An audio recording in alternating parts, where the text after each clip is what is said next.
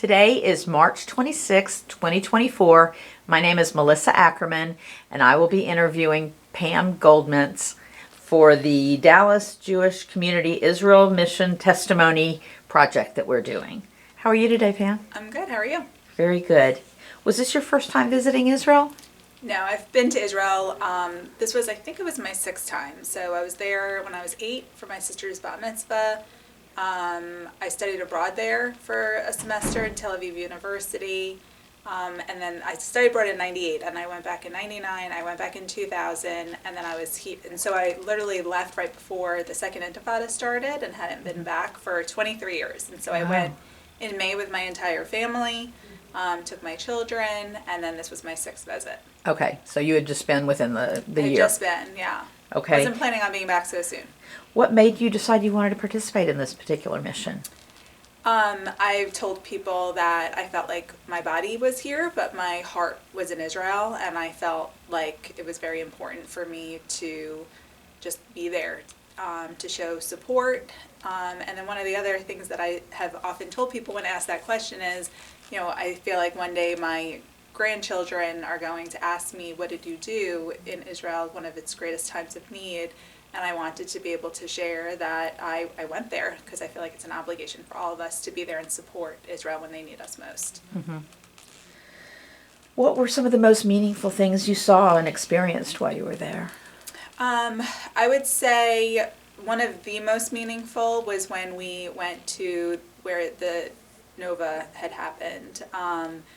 We were standing on the grounds where there had just been a massacre, and when we arrived, Yossi from Zaka was there, and so he ended up, gathering us around, and behind him was a picture of all the young adults that had been murdered, and he shared with us some of what he had witnessed, and this man has been around the globe. He's been through significant tragedies, and the tears in his eyes that he could not even believe what he had seen, and what he shared with us was just heartbreaking for all of us. Mm-hmm. And after he was kind of done explaining everything to us, and in the background we hear the bombing happening in Gaza, so it was just really intense.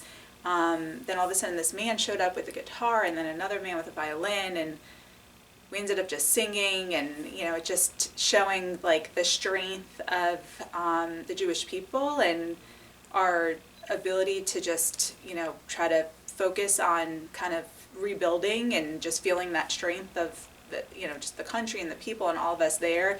It was just a very impactful moment. I often tell people that being at Nova and going to some of the kibbutz, specifically Kfar Aza, and really witnessing what had happened there so recent. In some ways it reminded me of when I went to Poland and went into the gas chambers, and I was in Auschwitz, but with a very, very significant difference being, you go to Poland and you can feel what happened there, but it was history. Mm-hmm. And we knew what the future held. And now being in Israel and witnessing all of this, it's current events, and it just happened, and it's so fresh, and we don't know the end, and it was just, a very impactful experience.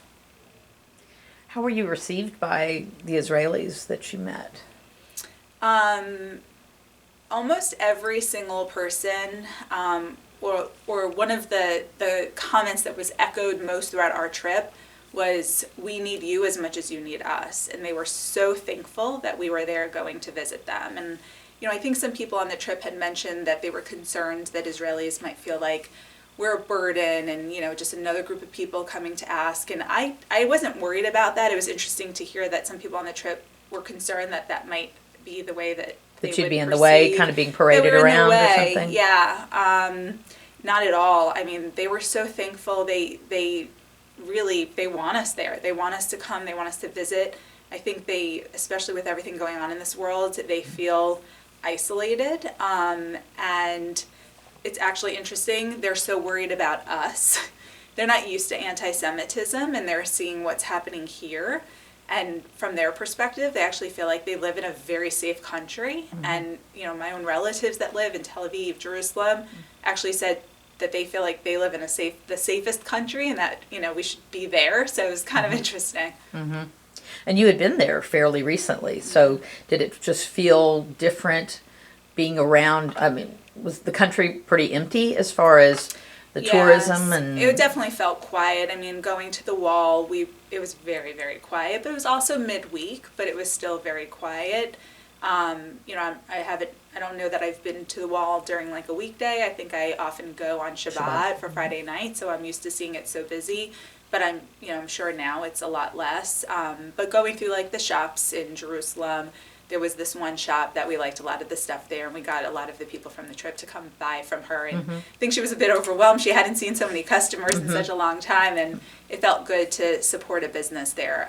So yes, I mean, we know that it's definitely quieter. Their economy's getting hit. Tourism is low. And it's, you go to Tel Aviv, we went to Tel Aviv, we were in Hostage Square, we met with hostage families, and it's like so much of the country, but definitely Tel Aviv is just, you just see hostage signs everywhere. It's something that, they live with day in and day out. It's something for me, I think of day in and day out. So I don't know that me being there changed that feeling of like, wow, we've got hostages. I think for a lot of people visiting, maybe, it puts more of that front of mind. It's something that's on my mind all the time, every day. So it's just, Israel's it's a special place, and I feel like we're so fortunate to have a country like that to go and be able to support and really feel like we're all family. So. What would you want people to know about what you experienced? What do I want people to know? I think most of all, especially since I have a child who's graduating Levine right now in 8th grade. This is part of their end of school trip because it graduates at 8th grade, and they moved the trip from March to May, and they're going. But many families are holding their kids back. It was actually one of the things that happened when we were in Israel. We went to meet with President Herzog, and he asked what was on our minds, and I had just heard the night before that a lot of families were choosing not to send their children to Israel. And so I told him that, and he was basically like, let's make a video together. And before I left, he remembered. He's like, we need to make a video. And we made a video to basically tell the families, don't be worried, send your children. And he literally was like, we're in the middle of a war, but it's safe, just send your kids here. And so, I think for me, so I have my child who's going in May. Your child is going to go. You feel like it's good to go and for I people have to go. My oldest is going for 5 weeks. He's doing Poland, and then he's doing Israel. To the March of the Living? It's part of Ramah, the seminar program. And to me, it's not even a question whether or not they're going to go to Israel. Like I wouldn't even think twice about sending them. So to me, it's just what's important is people recognizing, October 6th was a false sense of security. People would have gone there October 6th thinking nothing. And then look what happened. I just think that being scared or not feeling like you can support the country right now is not the right answer. I think the answer is we need to go. Like we all need to go, and we need to be there. We need to be together, solidarity, and support the country that they're fighting for all of us, is what I keep saying. They're not fighting for themselves and for Israel. They're fighting for every single one of us. And so I feel very strongly that most important is people should be going to Israel. Did you have any special experiences either before or after the trip that meet any interesting people that you want to talk about?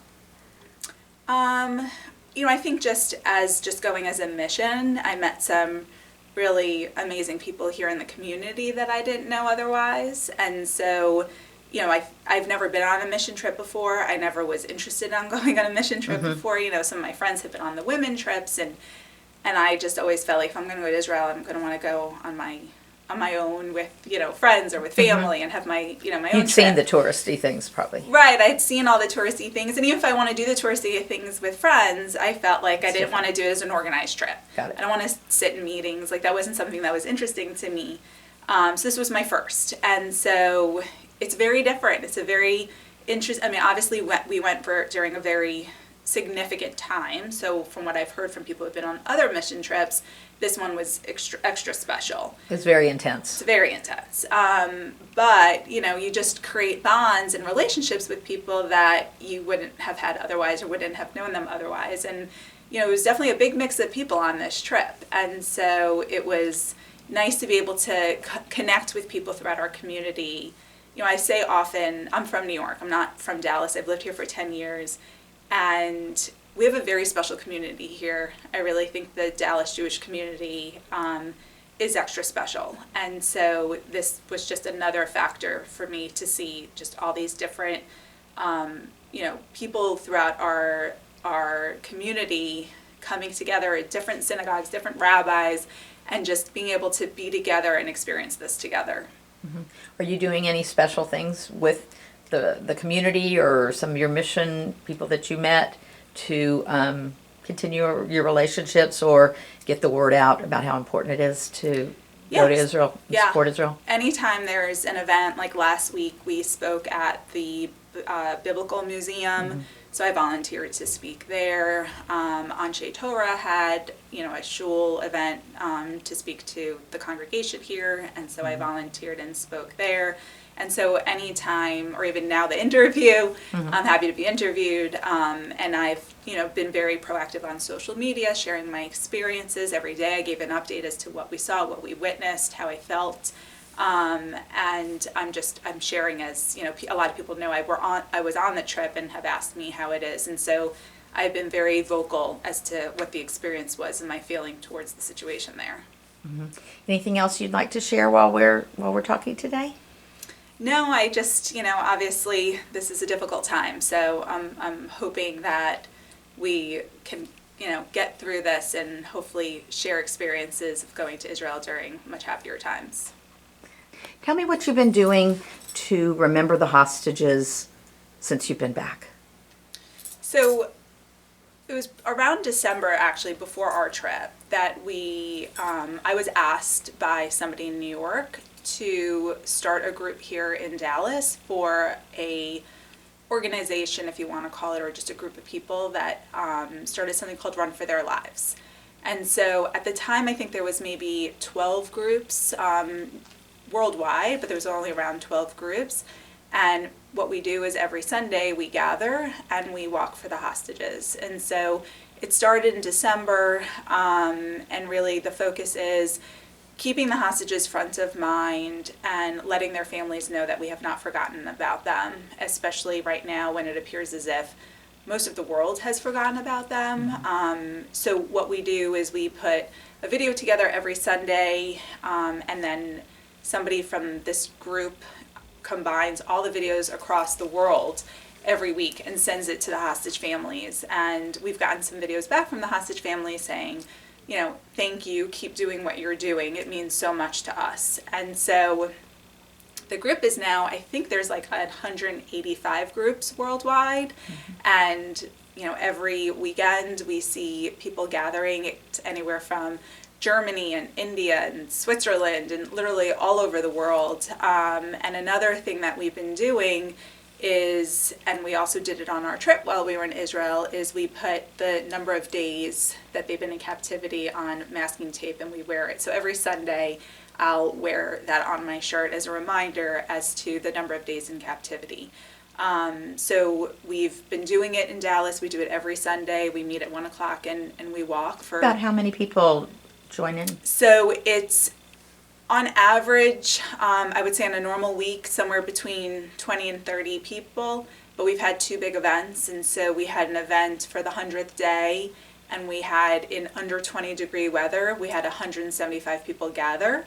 And then for the women's event, which was basically the same week of International Women's Day, I unfortunately missed it. I wasn't here, but they had close to 250 people. And we actually even had somebody from Dallas whose cousin is a woman hostage. She spoke. And so So for the bigger events, we tend to have a lot more people. We push it out more on social media. We get police protection, and so that tends to gather a lot more people. All the other weeks, it really varies week by week.